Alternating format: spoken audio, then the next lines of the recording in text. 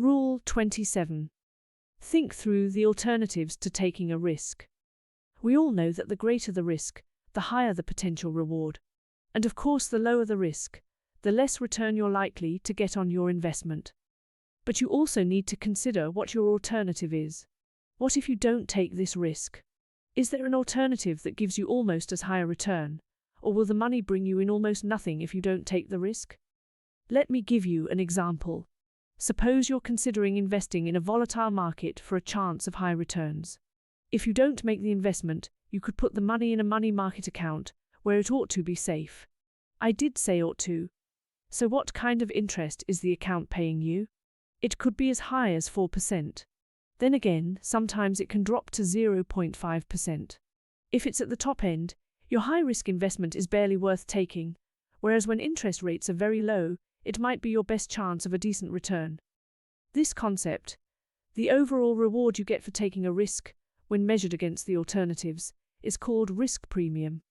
Just forget that bit if you don't like jargon. I only put it there in case you want to know.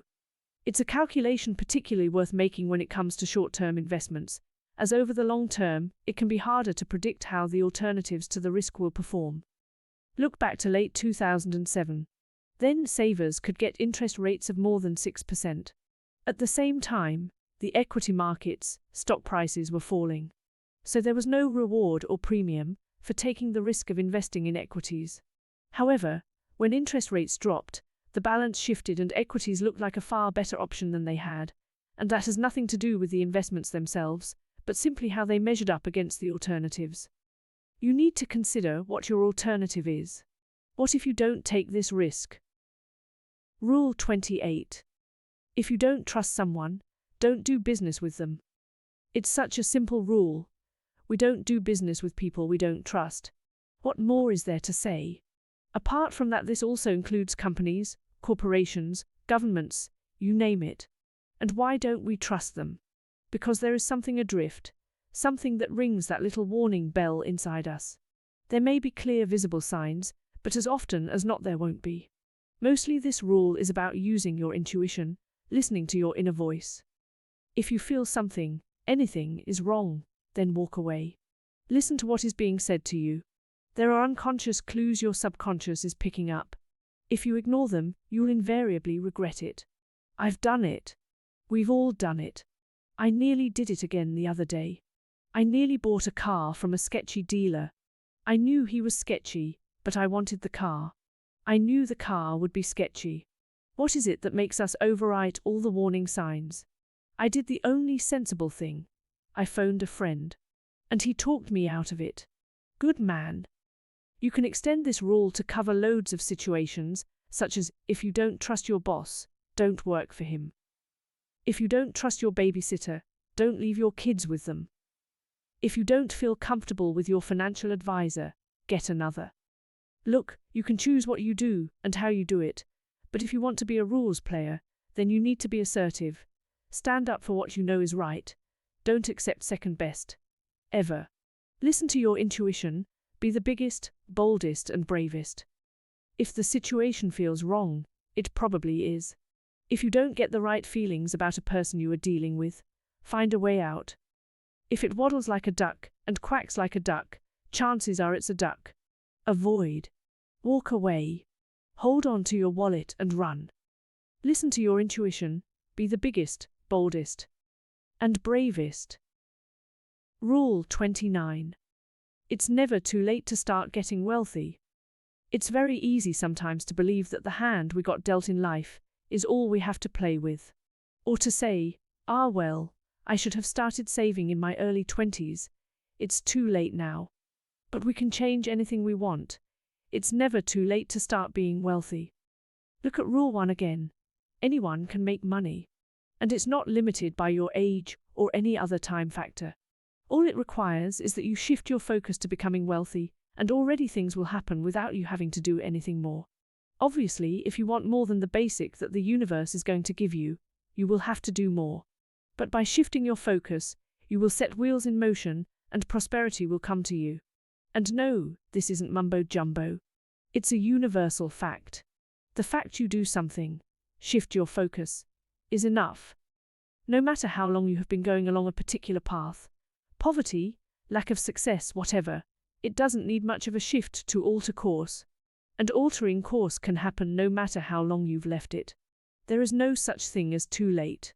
It's a bit like being an ocean liner. You may need a lot of space to stop, but it doesn't take much to get you to change direction. A couple of degrees on the wheel, and you'll be on a completely different course within a few miles. In gaining prosperity, as in most things, there is a tipping point.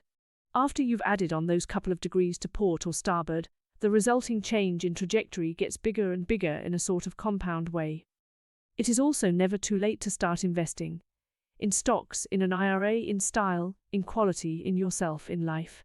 By staying alert and alive, we resist that decline into inactivity and apathy that is such an aging attitude. My father-in-law, always such an inspiration, started another business when he was 75, and not just any old business either. It was in a new technology that most 50-year-olds were having trouble getting their head round. However, if you think it is too late, it probably is. The secret is never to think that. If you think that you can give up easily, then you probably will. Don't think it. Look, we came into this book together to make money. Some for you and some for me. I'm going to do my bit, my damnedest, to help you increase your prosperity. If you think there are any barriers, age, sex, race, ability, then you are already betting on a losing team. Dump the preconceptions and trust me. It is never too late to begin. Start now. It is also never too late to start investing. In stocks, in an IRA. In style, in quality, in yourself, in life. Rule 30.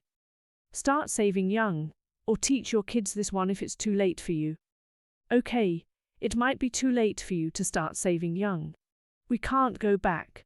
But you can certainly teach your kids the importance of learning this trick. And I'm not suggesting we scrimp and save to be able to save. Saving should be something we naturally do. I guess it's a trick you learn quickly if you are self-employed, or not if you go bust. Every time you earn money, you put some aside for savings and taxes. Failure to do so means scrambling around when the return is due, and you have to find it. If you put aside more than you need, the leftovers become the savings. Obviously, you only fail to do this once or twice before it becomes a really easy thing to remember to do. I find that it is easier to have a figure, so you don't have to think too much. My own figure is 50%. Anything I earn, I put half straight into a savings account. I don't have to think about this. I know that some is for taxes, and the rest is for savings. Every now and again I transfer the balance of what's left to a second savings account, a sort of super savings account. From the super savings account, I can transfer money to a pension fund, ISA, individual savings account, or whatever. This for me is an easy way to save. I don't have to think too much about it. It is a method I pass on to my children. Spend half your pocket money and save half. I hope they'll find this an easy method to pick up, a sort of savings muscle memory, so that they will have a buck or two when they need it at college or whatever. I really wish I had A, started saving young, and B, been taught to do so. Lots of really prosperous people have said that they had wealth management drummed into them from a very early age. It seems to be an essential part of prosperity gaining. I am fascinated to watch my own children learning about money. There does seem to be a genetic predisposition for spending or saving. We treat all of them identically when it comes to money, but one child finds it easy to save, another is a fanatic spender and couldn't save anything to save himself, and one is oblivious to money either way.